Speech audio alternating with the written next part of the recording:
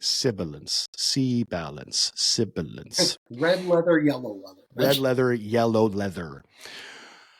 All right. Scotchy, scotch.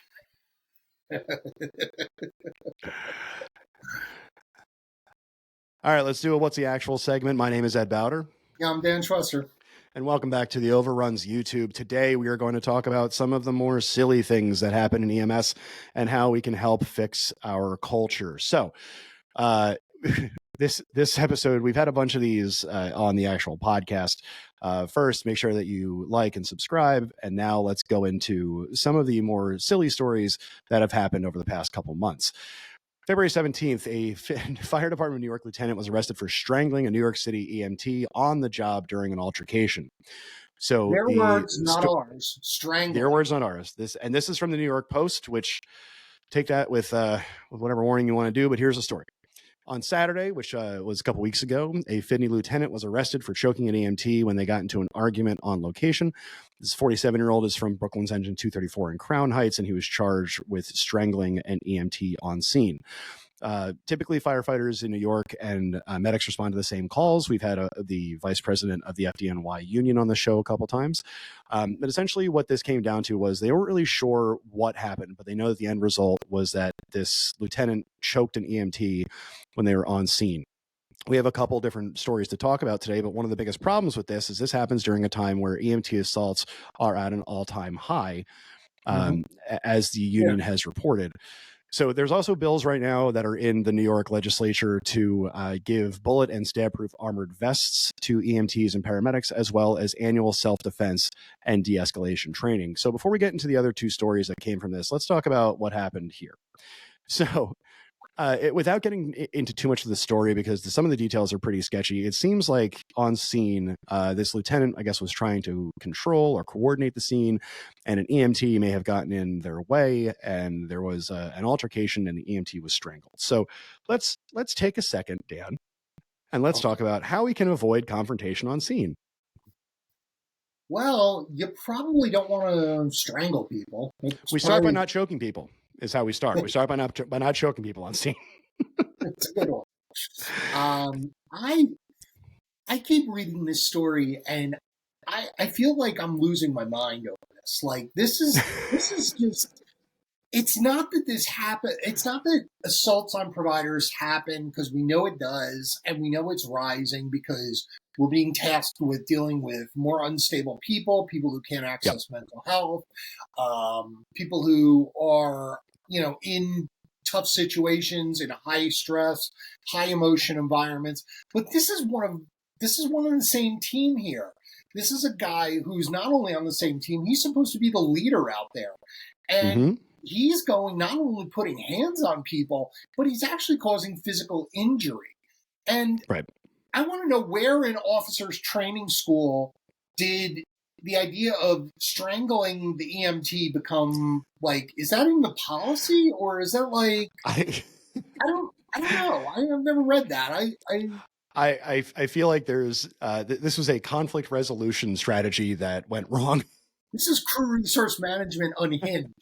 It's just this is one of the. So what concerns me about this is, obviously we've all had some kind of we'll call it suboptimal interactions with people on scene. I'm happy to say that I've never been choked on scene, although I know that there's people out there who'd love to choke me.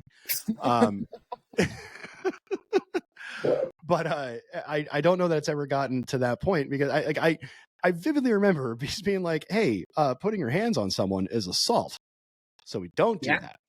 Which I'm sure someone's gonna say it's actually battery. I know in New Jersey we don't actually separate those statutes, but it's statute broke was strangulation. Like that's actually that's like a Law and Order thing. Like bum, bum. Don't choke people. So this story came out on the 17th. Go ahead. Go ahead. So you think this came out on the 17th? You figure the guy's suspended, pending termination. He's going to be criminally charged. He's going to go through the court system. He's going to lose his job, lose his pension, and the department's going to back the EMT, right? Well, so you would think that, but let's go ahead and talk about how politicians are handling this first. All right. So, because they have to be involved. Of course they do. Why wouldn't they? So what ends up happening is now we have New York City politicians who are trying to push a mandate again for this body armor and self-defense training. This story came out the same day, which by the same author. This is by Rich Calder, again out of the New York Post. And I Body armor, like that they he. need throat protectors. What's that? They need throat protectors. Right. Just send them to the local hockey rink, like get them a neck guard. you just wear, like you got to get those big like Shakespeare ruffles. Yeah, exactly. Around your neck and on scene.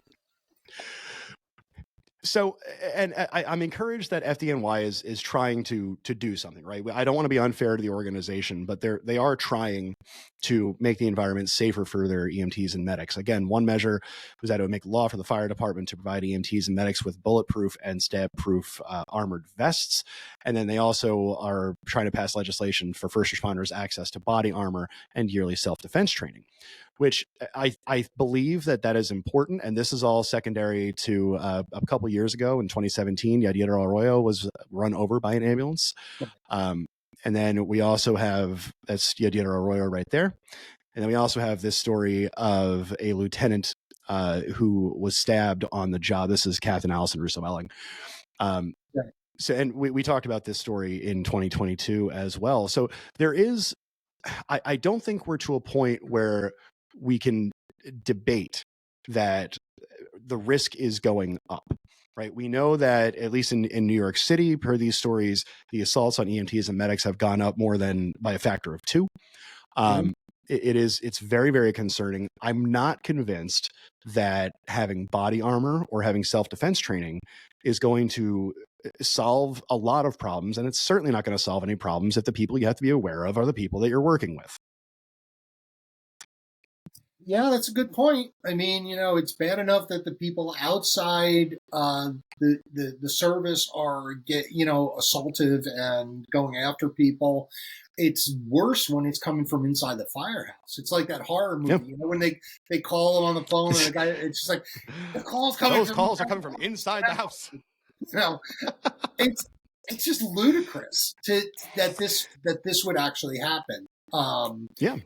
And I don't think that we're already in an environment in EMS where I'm not convinced that trust among management is at an all-time high. So I don't think that this helps to this. And the follow-up to this story, which again, this comes from Rich Calder at the New York Post. Again, this story came out on the 24th, right, where we now know what the actual result was, where this lieutenant was suspended for 4 weeks without pay, which is at least, a step in the right direction. 4 weeks? Yep, suspended for 4 weeks without pay. Now, something that this headline mentions that wasn't mentioned in any other articles was he was suspended 4 weeks after choking out an EMT over a disagreement of how to help an unconscious person. And I cannot think of a worse time to get into a fight on scene than when you have a patient who's unconscious. And again, we don't know what the call was. We only know now that this patient was unconscious. There's always variables, and we're not here to Monday morning quarterback what happened on scene. We're just evaluating what the stories were. And this looks like there was an unconscious patient, there was a disagreement in treatment. And instead of doing what was right for the patient, we decided that the best thing to do would be to go ahead and fight each other. Right. So in the Post, and again, credit to Calder for the way that he wrote this, because he put out a lot of really good information. The lieutenant in question, his base pay is a little over $90,000 a year, and his general salary is close to $170,000 a year. This 4 weeks off is going to cost FDNY EMT, by the way, way more, and this is going to cost him about $7,000. Now, what does not get mentioned in this article, and something that I think we should spend a couple minutes on, is how much is the EMT that got choked going to lose in time spent at work, in FTO, in medical, or not PTO rather, in time spent at the hospital, in medical bills, and all this other stuff. So this story, and trauma, right? So it's important that this story gets put out and we talk about what happens to the lieutenant, because accountability in these types of situations are incredibly important, right? The issue with that is it doesn't talk about the victim at all. So it's fine to me that we don't know the victim's name or their identity. That's perfectly fine. I have no issue with that. I do have a problem with not saying how much the victim is going to lose in this case, because I feel like this story kind of reads as if we should feel bad for the lieutenant who strangled an employee on scene because they're going to lose 4 weeks of work and lose $7,000. Now, again, it's great. It's great that that FDNY is not paying him during his suspension. Oh, wait a minute. Wait a minute. Go ahead. Depending on his contract, and we could have FDNY people, feel free to chime in. He may be able to use his vacation time and accrued sick time to bypass not getting paid and to be able to kind of get his money back without losing money. He may end up just getting 4 weeks of vacation taken away from his calendar, and that's that. And we don't know. Yeah, and we don't know what additional discipline is going to be issued, if there's going to be any. Like, obviously, there's stuff that we don't know as we're reporting on this. But this is something that I think needs to be talked about. Again, there's plenty of newspaper stories that are out about this. We're going to be following this story, and we'll update it as updates become available. But in general, I think that, and just like any other story you see like this, it's always a symptom of a larger problem. So my humble take on this is the logical conclusion of putting workers in an environment where we're told to defer to authority without question, right? So now I have an authority figure who is telling me, and it seems from the situation that we've seen in the press, that the provider had a different opinion than the lieutenant.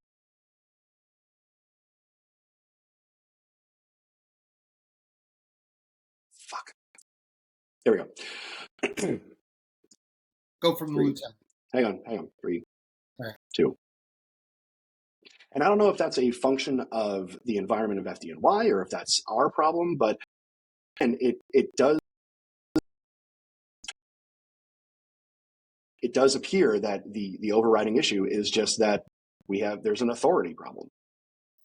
Yeah, that old idea of I have brass on my collar. You're going to listen to me and you're going to do what I tell you to do, regardless of what the potential variables are or what the situation is. We see this on a smaller scale. This is just an extreme example of it, but it happens more often than we want to admit. Right. This is a fire lieutenant, and he's getting involved in patient care, which is not really his world. Like, does he go up to the cops and tell them how to handle their scenes? Yeah, and that's a perfectly valid question. He does. I doubt he does. Probably not. And again, there's a lot of stuff that we don't know about it, but we do know that it happened, and we do know that there's already been a suspension for it. So let us know what you guys think down there in the comments. We're going to keep doing these What the Actuals as time goes on. Like and subscribe on YouTube, and we'll see you the next time on the Overrun. I'm Ed Bowder. I'm Dan Truster.